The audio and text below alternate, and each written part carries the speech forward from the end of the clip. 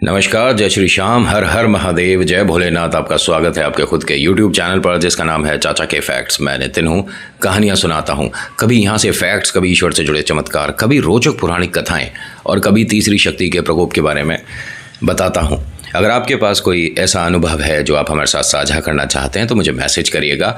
थोड़ा वक्त ज़रूर लेता हूँ, लेकिन हर किसी की कहानी पर पूरी कोशिश करता हूँ कि काम जल्दी से जल्दी हो।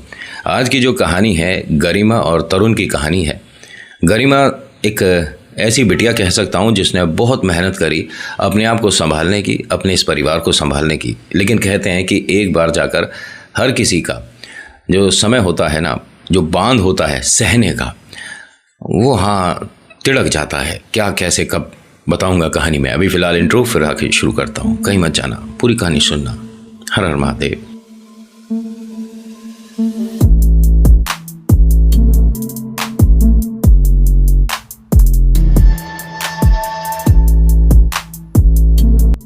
आज की कहानी शुरू करने से पहले एक रिक्वेस्ट है, पसंद आती है तो लाइक करिए, शेयर करिए, कमेंट करिए, लिखिए जय श्री श्याम, आपका नाम, आपकी जगह, कहाँ से आप ये वीडियो देख रहे हो, और सब्सक्राइब कर लीजिएगा अगर आपको कहानियों में इंटरेस्ट है। ठीक है, जैसा मैंने बताया कि आज की कहानी गरिमा और तरुण की है। गरिमा 18 साल तक इस परिवार को, इस प्रॉब्लम्स को झेलती रही, समझती रही कि शायद आज ठीक हो जाए, शायद कल ठीक हो जाए। गरिमा के 3 बच्चे हैं। तीनों मतलब कहानी के अंदर ना, मैं जिन लोगों की बात करने वाला हूँ सिर्फ उन्हीं के आसपास का मैं मोमेंट आपके साथ शेयर करूँगा, वरना तो बहुत बड़ा परिवार है। हर किसी किरदार को समझाने बताने लग गया तो 18-20 मिनट तो यहीं चले जाएंगे। कहानी छोटी है लेकिन हो सकता है कि आपके दिल तक पहुँच जाए और वो बात भी पहुँच जाए जो मैं बताना समझाना चाहता हूँ। बीच में एक छोटा सा मैसेज है और कोशिश करूँगा जब कहानी पूरी हो जाए उसके बाद बात करूँ, क्योंकि अदरवाइज़ बहुत सारे लोगों के मेरे पास मैसेजेस आ जाते हैं कि अपने ज्ञान वाली बातें, अपनी फालतू की बातें, अपने बकवास कहानी के बाद में किया कर। तो उसकी वजह से लोग कम से कम कहानी तो पूरी सुन पाएंगे। तो ये जो बीच में मैंने बकवास कर दिया, इसको मैं अगली कहानियों से सुधारने की कोशिश करूँगा। गरिमा और तरुण। गरिमा ने 18 साल तक कोशिश करी इस परिवार में एडजस्ट होने की। गरिमा के मम्मी पापा नहीं हैं, एक बड़ी बहन है वो भी शादीशुदा है, एक भाई है बड़ा वो भी, और जो इनके भैया भाभी हैं गरिमा के, वो जो अपने घर पर रहते हैं, वो कई बार बोल चुके हैं। 12-15 साल जब शादी को हो गए थे तब भी बोल दिया था कि आज नहीं तो कल फैसला लेना पड़ेगा, और जो तू कर रही है, सह रही है, ये मूर्खता है। आज की डेट में तू पढ़ी लिखी है, जॉब कर रही है, घर संभाल रही है, कैसे क्यों सब कुछ कर रही है। मतलब कि कह सकते हैं कि इसके परिवार में ना हर किसी को इससे प्रॉब्लम थी जिस जगह ये शादी करके आई है। हाँ, पतिदेव जो हैं कभी तो प्यार दिखाते हैं और कभी न जाने कौन से शब्दों का इस्तेमाल करता है। मतलब एक होता है शब्द, अच्छी बात नहीं है ये नहीं बोलना, गलत शब्द, एक होता है बुरा, एक होता है गंदा, एक होता है महागंदा। तो इसके पतिदेव उन शब्दों का इस्तेमाल करते हैं और ये सिलसिला बहुत चला। थोड़ी थोड़ी बात बताऊँ इनकी कि कैसी मैं जो इनकी कहानी सुनी है यहाँ तक जो आई है, कैसे इन्होंने वो समय झेला है। एक बार बाज़ार में ये लोग थे तो घर वालों का कोई फ़ोन आया था कि बाज़ार से समोसे मिठाई वगैरह ले आना, आज ऐसे ही सबका मन कर रहा है। तो गलती से एक जो पैकेट है वो मिठाई की दुकान पर ही रह गया था और ये आकर स्कूटर पे बैठ गई थी पतिदेव के साथ।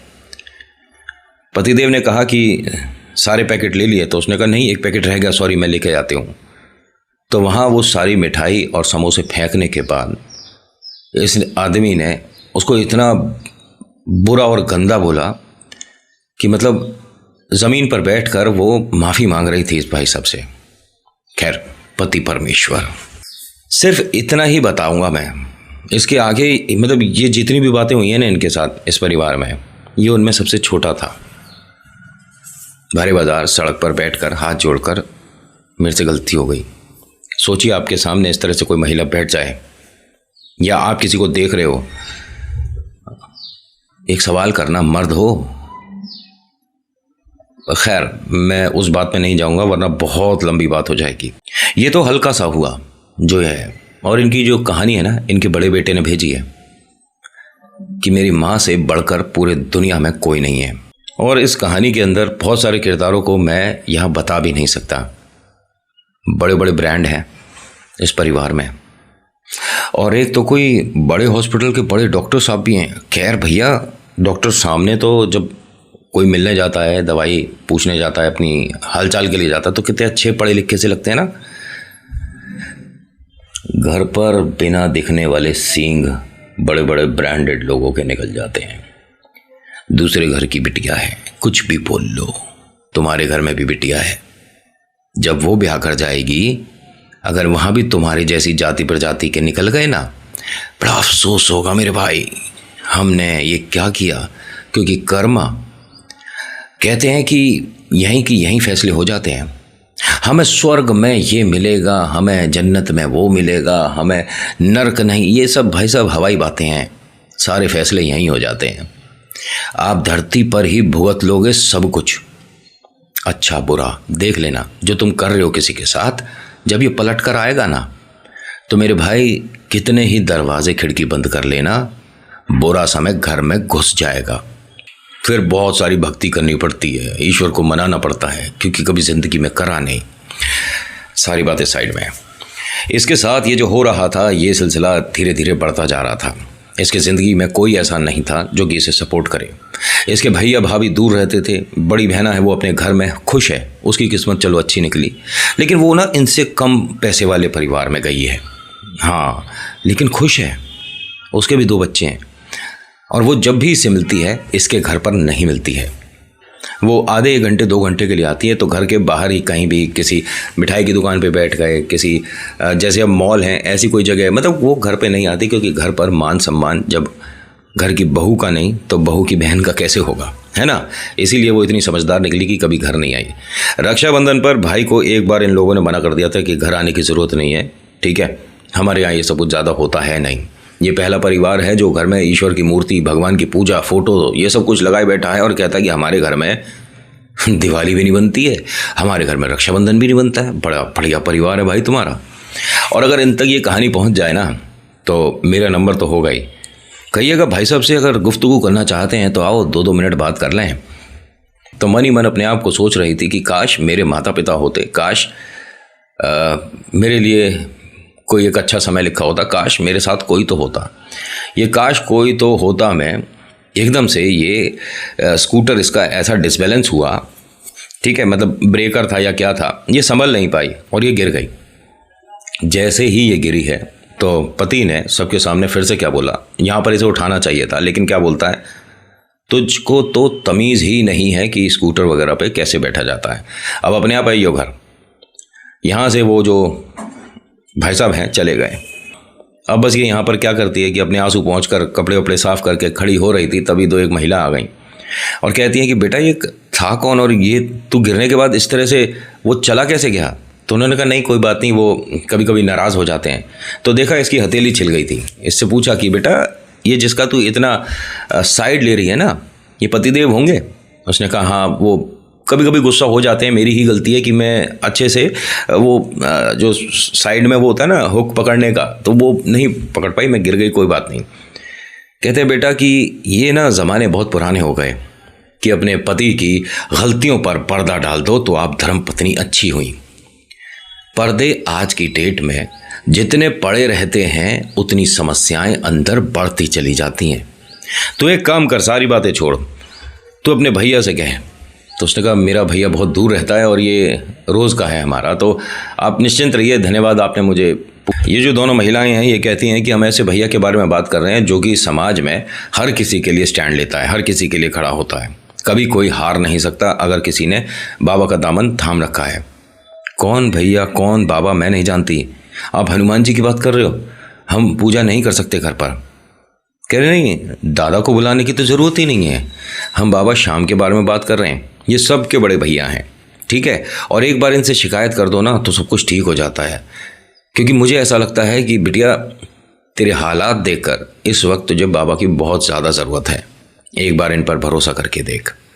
इसने भरोसा करके देखा, इसे घर से निकाल दिया गया क्योंकि उन महिलाओं ने कुछ बताया था, एक तस्वीर दी थी बाबा श्याम के बारे में, कैसे क्या करना है वो बताया था। इसने जाकर अपने कमरे में लगाया, इसे घर से बाहर निकाल दिया कि किसी भी गुरु वगैरह को हम नहीं मानते। जब ये भगवान नहीं मानते तो गुरु क्यों।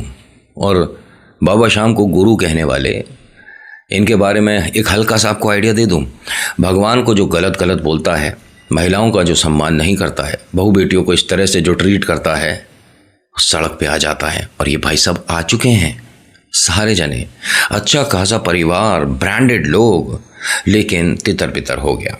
अब जो ब्रांडेड लोग हैं ना, वो सब अपना अपना देख रहे हैं। पहले तो मिली जुली चल रही थी ना। खैर, ये ब्रांडेड लोग जो हैं, इनमें से सोच रहा हूँ कि आज मैं दो एक के नाम उजागर कर ही दूँ, पता तो चले कि हम कितने बड़े बड़े ब्रांड को क्या क्या समझते हैं और ये घर पर कैसे हैं बोलूँ? फिर उनकी मेल आनी शुरू हो जाती हैं, हम उसके प्रोड्यूसर बोल रहे हैं, हम उसके मैनेजर बोल रहे हैं, बोलते रहो। होता क्या है कि जब ये यहाँ से घर पहुँची, इन्होंने वैसा वैसा किया जैसा जैसे इन्हें बताया गया था, तो इन्हें घर से बाहर निकाल दिया। सामने एक अम्मा जी रहती थी जो कि बहुत समय से ये सब कुछ देख रही थी और हर बार ये कहती थी कि तुझे ऐसे घर में रहने की ज़रूरत ही नहीं है। इसे जब घर से बाहर निकाला, उस वक्त इसके 2 बच्चे थे, गरिमा के। इनके बड़े बच्चे ने ये सब कुछ होते देखा। रात के 12 बजे उसने दरवाज़ा खोला, अपनी मम्मा को देखा, ढूंढा, लेकिन वो नहीं मिली।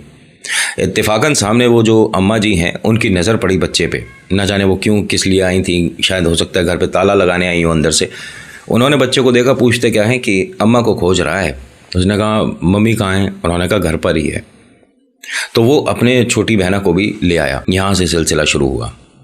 अम्मा जी ने पूछा कि गुड़िया हुआ क्या था आज?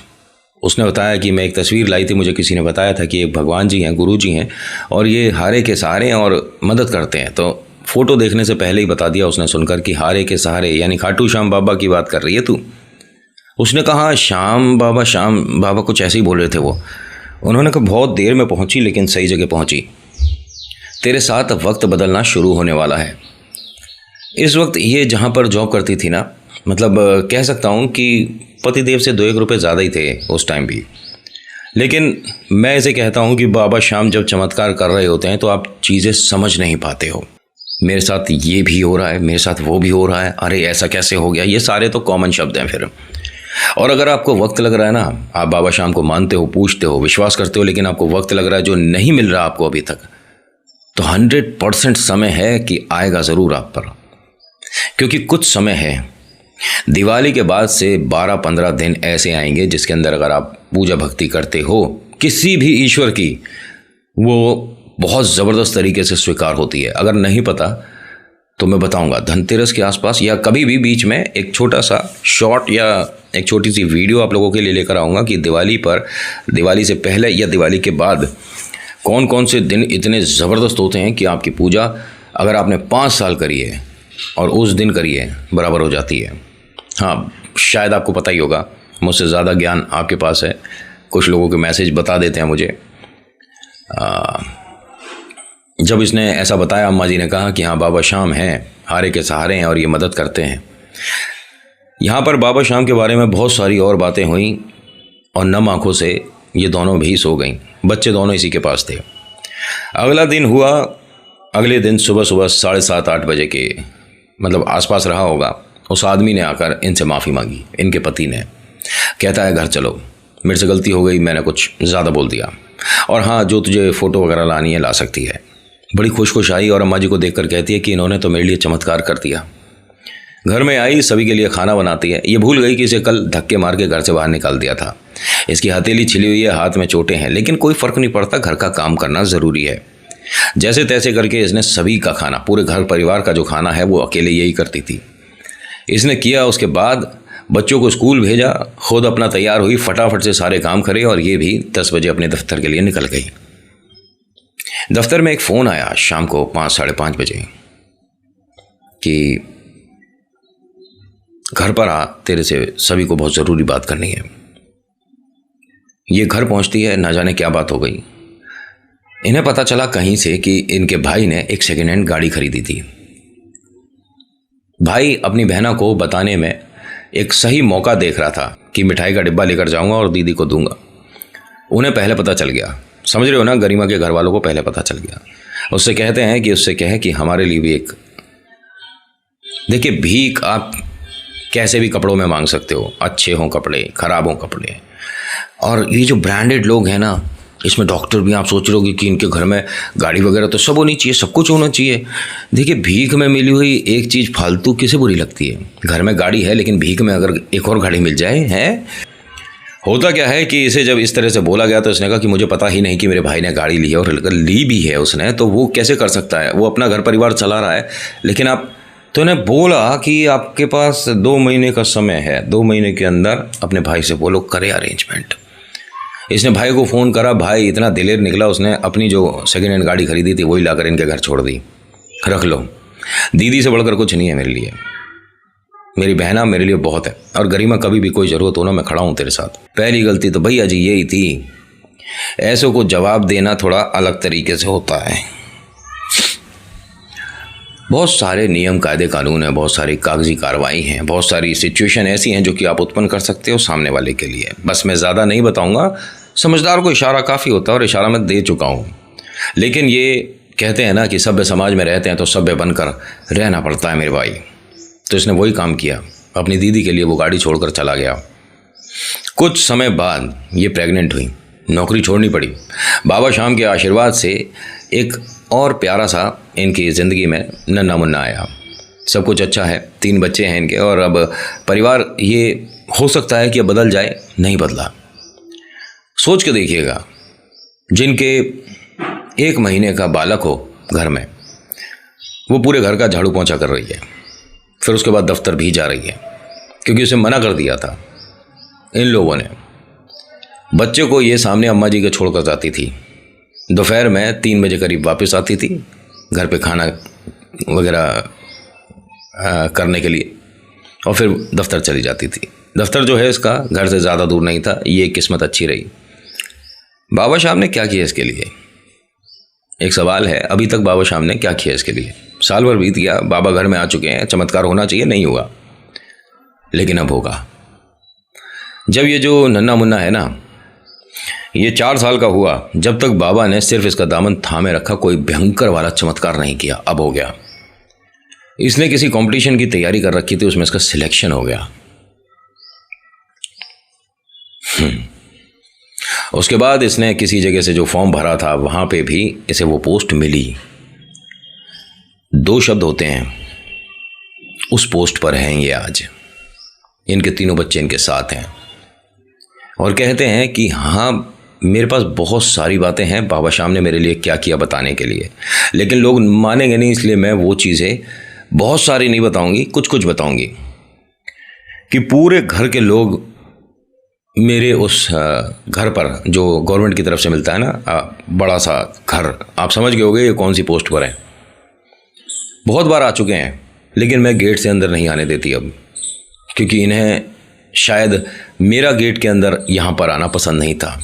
मुझे घर से बाहर निकाला गया था, तभी मैं समझ गई थी कि कुछ शायद ज़िंदगी में परिवर्तन हो तो मैं भी जवाब देने लायक बनूं। कह मुझे गर्व है अपने भाई पर, अपनी बहना पर, जिन्होंने ऐसी सिचुएशन में भी मेरा साथ दिया, और मुझे गर्व है बाबा शाम पर भी, जिन्होंने मुझे एक ऐसा समय दिखा दिया जो कि मेरी किस्मत में हो ही नहीं सकता था। कहते हैं कि भाई कम से कम 1000 लोग, 1000 भी गलत कह रहा हूँ, 50,000 लोग ट्राई करेंगे तो एक का सिलेक्शन होता है, ठीक है। उसमें मेरा सिलेक्शन होना एक बहुत बड़ा चमत्कार था। खैर, आज की कहानी में इतना ही। आज की कहानी आपको कैसी लगी?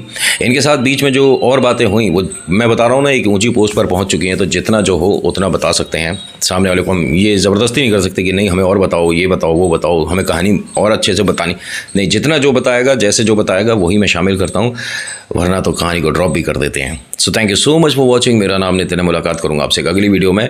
हर हर महादेव, जय भोलेनाथ, धन्यवाद।